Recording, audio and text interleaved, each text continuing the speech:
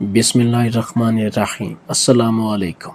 سعودی عرب میں عجیب ترین چوری کا واقعہ ہے کہ ایک نہایت شاطر اور ماہر چور نے چوری کی خاطر مہنگا لباس زیب تن کر کے معزز اور محترم دکھائی دینے والے امیر شیخ جیسا حلیہ بنایا اور بازار میں سونار کی ایک دکان کے اندر چلا گیا۔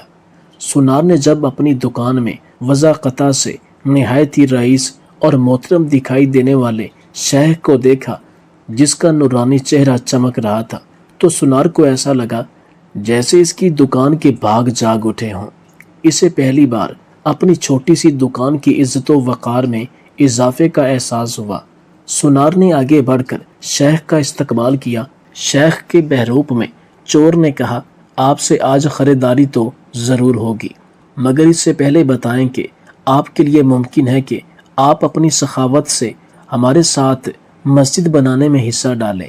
اس نیک کام میں آپ کا حصہ خواہ ایک ریال ہی کیوں نہ ہو۔ سونار نے چند ریال و درہم شیخ کے حوالے کیے ہی تھے کہ اسی اثنا میں ایک لڑکی جو در حقیقت چور کی ہم پیشہ یعنی ساتھی تھی، وہ دکان میں داخل ہوئی اور سیدھی شیخ کے پاس جا کر اس کے ہاتھوں کو بوسہ دیا اور التجائیہ لہجے میں اپنے اور اپنے اہل و عیال کے لیے خیر و برکت کی دعا کے لیے کہا۔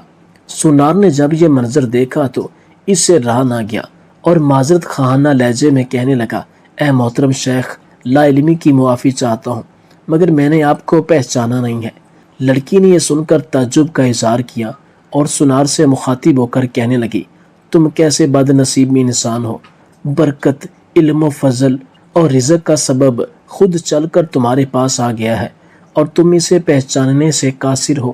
لڑکی نے شیخ کی طرف اشارہ کرتے ہوئے کہا کہ یہ فلاں علاقے کے مشہور و معروف شیخ ہیں جنہیں خدا نے کثرت علم، دولت کی فراوانی اور ہر قسم کی دنیاوی نعمتوں سے مالا مال کر رکھا ہے۔ انہیں انسانوں کے بھلے کے سوا کسی چیز کی حاجت نہیں ہے۔ لوگ ان کی ایک جھلک دیکھنے کے لیے بےتاب رہتے ہیں۔ سونار نے شیخ سے معافی مانگتے ہوئے کہا کہ شیخ صاحب، میں معافی کا طلبگار ہوں۔ میرا سارا وقت اس دکان میں گزرتا ہے اور باہر کی دنیا سے بے خبر رہتا ہوں، اس لیے اپنی جہالت کی وجہ سے آپ جیسی برگزیدہ ہستی کو نہ پہچان پایا۔ شیخ نے سونار سے کہا، کوئی بات نہیں، انسان خطا کا پتلا ہے، غلطی پر نادم ہونے والا شخص خدا کو بہت پسند ہے۔ پھر سونار نے بھی اس شیخ سے دعا کرنے کو کہا کہ خدا رزق میں برکت ڈال دے۔ شیخ نے کہا، تم ایسا کرو، ابھی میرا یہ رومال لے لو اور 7 دن اس سے اپنا چہرہ پوچھتے رہو۔ 7 دنوں کے بعد یہ رومال تمہارے لیے ایسی برکت اور ایسا رزق لے آئے گا جہاں سے تمہیں توقع بھی نہ ہوگی۔ جوہری نے پورے ادب و احترام کے ساتھ رومال لیا، اسے بوسہ دیا، آنکھوں کو لگایا اور اپنا چہرہ پوچھا، تو ایسا کرتے ہی وہ بے ہوش ہو کر گرا۔ اس کے گرتے ہی شیخ اور اس کی دوست لڑکی نے سونار کی دکان کو لوٹا اور وہاں سے فوراً رفو چکر ہو گئے۔ اس واقعہ کو جب 4-5 سال گزر گئے اور سونار رو دھو کر اپنا نقصان بھول چکا تھا، تو 4-5 سال کے بعد پولیس کی وردی میں ملبوس 2 اہلکار سونار کی دکان پر آئے۔ ان کے ساتھ وہی چور شیخ تھا جس کو ہتھ کڑیاں لگی ہوئیں۔ سونار اسے دیکھتے ہی پہچان گیا۔ ایک پولیس والا سونار کے پاس آ کر پوچھنے لگا، کیا آپ اس چور کو جانتے ہیں؟ کیونکہ آپ کی گواہی سے ہی قاضی اسے سزا سنا سکتا ہے۔ سونار نے کہا، کیوں نہیں، اس نے فلاں فلاں طریقہ واردات سے مجھے بے ہوش کر کے میری دکان لوٹ لی تھی۔ پولیس والا شیخ کے پاس گیا اور اس کی ہتھ کڑی کو کھولتے ہوئے کہنے لگا، تم نے جس طرح دکان لوٹنے کا جرم کیا تھا، ٹھیک اسی طرح وہ ساری کارروائی دہراؤ تاکہ ہم طریقہ واردات کو لکھ کر گواہ سمیت قاضی کے سامنے پیش کر کے تم پر فرد جرم عائد کروا سکیں۔ شیخ نے بتایا کہ میں اس طرح داخل ہوا اور یہ کہا، اور میری مددگار لڑکی آئی، اس نے فلاں فلاں بات کی، پھر میں نے رومال نکال کر دکاندار کو دیا۔ پولیس والے نے جیب سے ایک رومال نکال کر شیخ کو تھمایا۔ شیخ نے سونار کے پاس جا کر اسی طریقے سے اسے رومال پیش کیا تو پولیس والا سونار سے کہنے لگا، جناب، آپ بالکل ٹھیک اسی طریقے سے رومال کو چہرے پر پھیریں جیسے اس دن پھیرا تھا۔ سونار نے ایسا ہی کیا اور وہ پھر سے بے ہوش ہو گیا۔ شیخ نے اپنے دوستوں کی مدد سے دوبارہ دکان لوٹ لی، جنہوں نے پولیس یا فوج والوں کا بیس بدل رکھا تھا کیونکہ وہ چور کے ساتھی تھے۔ ناظرین کرام، بدقسمتی سے آج ہم ذلت اور رسوائی کی بلندیوں کو چھوتے ہوئے بغیرتی کے قطب مینار پر بیٹھے ہیں اور ہمیں کچھ بھی محسوس نہیں ہو رہا، کیونکہ آج ہمارے ملک کا بالکل یہی حال ہے۔ ہر 4-5 سال بعد چور بھیس بدل کر ہمارے پاس آتا ہے اور چکنی چپڑی باتوں سے ملک اور عوام کا سامان لوٹ کر پتلی گلی سے نکل لیتا ہے۔ ہر دفعہ ایک نیا منظر، نیا لباس، نیا بہروپ، نئی شکل، اور جس سے عوام دھوکہ کھا کر اعتبار کرتی ہے، اور آخر میں محافظوں سمیت نکلتا وہی چور ہے۔ ایک دفعہ اپنے ایک پروفیسر دوست کی تیمارداری کرنے کے لیے گیا۔ میں پوچھتے ہوئے اپنے دوست کے بیڈ کی طرف جا رہا تھا تو راستے میں نے ایک عورت کو دیکھا جس کے کندھوں پر ریشہ اور بے شمار کیڑے تھے۔ یہ منظر دیکھ کر مجھے گھن بھی آ رہی تھی اور میں توبہ استغفار بھی کر رہا تھا۔ 2 لیڈی ڈاکٹرز اس عورت کے پاس کھڑی صفائی وغیرہ کر رہی تھی، جبکہ یہ چیخ چیخ کر رو رہی تھی۔ آخر مجھ سے رہا نہ گیا اور میں اس کے پاس جا بیٹھا اور اس کی اس حالت کے بارے میں پوچھا تو اس کی داستان اور اس کے گناہوں کا سن کر میرے رونگٹے کھڑے ہو گئے۔ اس عورت نے اپنی زندگی کی روداد مجھے کچھ یوں سنائی کہ میرا نام ریحانہ ہے، میں آج اپنی زندگی کا سب سے بڑا بوجھ اتارنے جا رہی ہوں، وہ بوجھ جو میری زندگی میں موجود ہر دکھ اور پریشانی سے زیادہ بھاری ہے۔ اس وقت میں عمر کے اس حصے میں ہوں جب انسان خود عزت کے ساتھ اپنی آخری آرام گاہ کے لیے دعا کرتا ہے، مگر مجھے تو جینے اور مرنے دونوں سے ڈر لگتا ہے۔ اگر میرا ایک مسلمان گھرانے سے تعلق نہ ہوتا تو میں وصیت کر دیتی کہ مجھے مرنے کے بعد بے شک جلا دیا جائے، مگر قبر میں دفنایا نہ جائے، کیونکہ میں نے ایک ایسا ظلم کیا ہے جس کی معافی ممکن نہیں ہے۔ میں نے سرحد کے نہایت امیر گھرانے میں جنم لیا، شکل و صورت میں بے مثال اور انمول تھی۔ میری شادی بھی ایسے خاندان میں ہوئی جو دولت اور عزت میں ہم سے زیادہ تھے۔ اللہ تعالیٰ کی رحمتیں ہی رحمتیں تھیں۔ اللہ تعالیٰ نے مجھے 6 بیٹے عطا کیے۔ سسرال میں میری بہت عزت تھی، میری ساس مجھے سر آنکھوں پر بٹھاتی تھی۔ مجھے اپنے بچوں میں رضا سب سے پیارا تھا۔ پڑھائی مکمل ہونے کے بعد میرے شوہر نے کاروبار کے سلسلے میں اسے جرمنی بلا لیا۔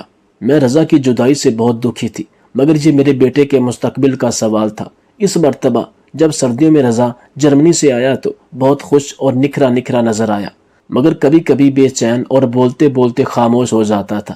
عجیب بات یہ ہے کہ اس مرتبہ باپ کے اصرار کے باوجود جرمنی واپس جانے کے موڈ میں نہیں لگ رہا تھا۔ میں اس دن آنگن میں بیٹھی دھوپ سینک رہی تھی۔ میری خاص خادمہ زرجانہ آئی اور رازدارانہ انداز میں بولی، بیگم صاحبہ، رضا صاحب کا شانوں سے چکر چل رہا ہے۔ یہ بات سنتے ہی مجھے ایسے محسوس ہوا جیسے کسی نے میرے کانوں میں سیسا انڈیل دیا ہو۔ میں نے سوچے سمجھے بغیر اس کے منہ پر تمانچہ مار دیا۔ کمینی، تیری یہ جرت، مزید بکواس کی تو زبان کاٹ لوں گی۔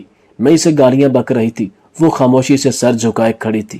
اسے اپنے پاس کھڑا دیکھ کر مجھے مزید غصہ آ گیا۔ بے حیا، تو میرے سامنے سے چلی کیوں نہیں جاتی؟ میرے ان الفاظ کے جواب میں اس نے آہستہ سے کہا، مالکن یہ سچ ہے۔ اس کی بات پر مجھے دوبارہ جلال آ گیا۔ دل میں آیا کہ اس کے ٹکڑے کر دوں، مگر میں نے اسے جھڑک کر وہاں سے روانہ کر دیا۔ شانوں کا باپ ہمارے گھر ملازم تھا اور شانوں کی ماں بھی ہمارے گھر صفائی وغیرہ کے لیے آتی تھی۔ شانوں ماں باپ کی اکلوتی تھی اور شانوں تھی ہی بہت خوبصورت، گندمی رنگت، لمبے بال، بڑی بڑی کالی آنکھیں، گلابی ہونٹ اور گال پر سیاہی مائل گوشت کا ابھار جسے تل نہیں کہا جا سکتا تھا کیونکہ یہ تل سے بڑا تھا، لیکن شانوں کی خوبصورتی میں اضافہ کرتا تھا۔ شانوں کی واحد بدقسمتی یہ تھی کہ وہ ایک غریب ملازم کی بیٹی تھی، اور دوسری خرابی میرے بیٹے رضا کے ذہن میں تھی۔ مجھے اپنے بیٹے کی عقل پر حیرت تھی جو ایک نوکرانی کی شادی شدہ بیٹی کا دیوانہ ہو گیا تھا۔ شانوں کے ماں باپ نے اس کی آگ لگانے والی خوبصورتی کے ڈر سے اپنے ہی خاندان میں کسی بیمار بوڑھے سے اس کی شادی کر دی تھی۔ مجھے یاد ہے جب وہ شادی کے بعد آئی تھی تو میں نے اس کی ماں سے کہا تھا کہ اس کے لیے تمہیں بیمار بوڑھا ہی ملا تھا۔ جواب میں ماں کی بجائے شانوں نے کہا، مالکن وہ بہت اچھا ہے، میرا بہت خیال رکھتا ہے۔ میں نے کہا، اچھا پھر تو ٹھیک ہے۔ اور اب زرجانہ کیا بےہودہ بات کر رہی تھی۔ اس واقعے کو ابھی ایک ہفتہ بھی نہ گزرا تھا کہ ایک دوپہر میرا بیٹا شانوں کا ہاتھ پکڑے میرے سامنے آ کھڑا ہوا۔ اماں، میں اس کے بنا نہیں رہ سکتا، میں نے شانوں سے ہی شادی کرنے کا فیصلہ کیا ہے۔ میں نے اس کے شوہر اس بوڑھے سے بات کر لی ہے، بچہ ہونے کے بعد وہ اسے طلاق دے دے گا، پھر یہ عدت کے دن یہیں گزارے گی اور پھر میں اس سے نکاح کر لوں گا۔ آپ اسے اپنے ساتھ رکھیں کسی اور کو ابھی اس کی خبر نہ ہو۔ میں شادی کے بعد اسے اپنے ساتھ جرمنی لے جاؤں گا۔ اس کے لہجے کا استحکام مجھے حیران کر گیا تھا۔ میں نے شانو کی طرف دیکھا، وہ بالکل خاموش کھڑی تھی۔ اس گفتگو کے دوران اس نے ایک مرتبہ بھی آنکھیں اوپر نہیں اٹھائی تھی۔ رضا پیار سے بولا، ماں کیا آپ میرے لیے اتنا بھی نہیں کریں گی؟ رضا نے بڑی محبت اور امید بھرے لہجے میں سوال کیا۔ اسے میری کیفیت کا اندازہ نہیں تھا۔ میں نے خود کو سنبھالتے ہوئے کہا، کیوں نہیں، تمہارے لیے جان دے سکتی ہوں، تم فکر مت کرو۔ رضا میری بات سن کر گویا کھل اٹھا تھا۔ اس نے جھک کر میرے ہاتھ چومے اور شانوں سے مخاطب ہوا، اب تم ہر وقت اماں کے ساتھ رہنا، یہ تمہارا ایسے خیال رکھیں گی جیسے میرا خیال رکھتی ہیں۔ یہ کہہ کر وہ کمرے سے باہر چلا گیا۔ اس کے جانے کے بعد میں نے نفرت کے ساتھ شانوں کے بالوں کو پکڑ کر جھٹکا دیا اور کہا، بدذات، تجھے تھوڑی سی بھی شرم نہیں آئی؟ بے غیرت تو کیسی عورت ہے۔ وہ تکلیف کے سبب کراہنے لگی اور روتے ہوئے بولی، بیگم صاحبہ یہ سب آپ کے بیٹے کا قصور ہے۔ میں نے تو کبھی اپنے شوہر کے علاوہ کسی مرد کے بارے میں سوچا تک نہیں۔ آپ لوگ بڑے رسوخ والے ہیں، آپ لوگ جو چاہو کر سکتے ہو۔ رضا صاحب میرے شوہر سے زبردستی طلاق دلوا رہے ہیں۔ میں نے انہیں بتایا بھی تھا کہ میں امید سے ہوں، مگر ان پر کسی بات کا کوئی اثر نہیں ہوا۔ میں بھلا کیا کر سکتی تھی؟ شانوں کی باتوں سے صاف عیاں تھا کہ اسے اپنے شوہر سے بہت پیار ہے۔ اس بات پر بھی مجھے اپنے بیٹے کی توہین کا احساس ہوا۔ پھر میں نے سوچا کہ یہ فریب کر رہی ہے۔ میں نے اسے جھڑکتے ہوئے کہا، چل بدذات، میں تجھے پھر دیکھوں گی۔ میں نے اسے برابر والے کمرے میں جانے کا کہا۔ پھر میں رضا کے پاس گئی اور رضا سے کہنے لگی، بیٹا تم سے ایسی بے وقوفی کی امید نہ تھی۔ اس وقت میں تمہیں اس 2 ٹکے کی نوکرانی کے سامنے کچھ نہ کہہ سکی تھی، مگر اب اتنا تو سوچو، اگر تمہارے باپ اور بھائیوں کو معلوم ہوگا تو وہ کیا سوچیں گے؟ رضا کہنے لگا، امی جان، بڑے بھائیوں سے میں نے بات کر لی ہے، انہیں کوئی اعتراض نہیں ہے، سب میری خوشی میں خوش ہیں، صرف بابا کو معلوم نہیں ہے۔ انہیں بھی میں جرمنی جا کر سب کچھ بتانے کی کوشش کروں گا، امید ہے بابا کو بھی کوئی اعتراض نہ ہوگا۔ میں نے غصے میں کہا، تمہارا دماغ خراب ہو گیا ہے کیا؟ وہ بدذات ماں بننے والی ہے۔ رضا بولا، اماں مجھے سب پتہ ہے، میں بچہ پیدا کرنے کے بعد ہی اس کے ساتھ نکاح کروں گا، یہ کوئی بڑی بات نہیں ہے۔ ماں میں اس سے بہت پیار کرنے لگا ہوں، پلیز آپ بھی مان جائے۔ میں نے کہا، تم نے بھائیوں کے سہارے پر اتنا بڑا قدم اٹھایا ہے اور وہ بد نصیب شانوں تو اپنے شوہر کے لیے آنسو بہا رہی ہے۔ اماں وہ ٹھیک ہو جائے گی، اس بیچاری نے تو ابھی دیکھا ہی کیا ہے، میں اتنی خوشیاں دوں گا کہ وہ سب کچھ بھلا دے گی۔ رضا میرے ہاتھوں کو چومتے ہوئے کہنے لگا، میں بالکل بے بس ہوں، میں اس سے بے حد پیار کرتا ہوں۔ اس وقت میں اپنے بیٹے سے ہار گئی تھی اور شانوں کو اپنے ساتھ رکھنے کی حامی بھر لی تھی، اور ویسے بھی رضا کے 5 بھائی اس کے ساتھ تھے۔ کچھ دنوں بعد میرا بیٹا رضا جرمنی چلا گیا اور شانوں میرے ساتھ رہنے لگی۔ میں نے محسوس کیا کہ میرے باقی بیٹے شانوں کا ایسے خیال رکھتے تھے جیسے وہ واقعی ان کی بھابھی ہو۔ میری بہویں بھی اس کا بہت خیال رکھتی تھیں، مگر میں ہر وقت جلتی اور کڑتی رہتی تھی۔ شانوں کو تکلیف دینے اور اس کی بے عزتی کرنے کا کوئی موقع اپنے ہاتھ سے جانے نہیں دیتی تھی۔ ایک رات میری بہو نے میرے کمرے میں آ کر بتایا کہ شانوں کی طبیعت خراب ہے۔ میں نے نفرت سے کہا تھا، زہر دے دو اسے۔ وہ بولی، اماں آپ اس سے اس قدر نفرت کیوں کرتی ہیں؟ اس سارے معاملے میں اس بیچاری کا کوئی قصور نہیں ہے، وہ بیچاری ان میں پھنس گئی ہے۔ ویسے بھی رضا ہم سب کو بہت پیارا ہے، اس لیے ہم شانوں کا خیال رکھتے ہیں۔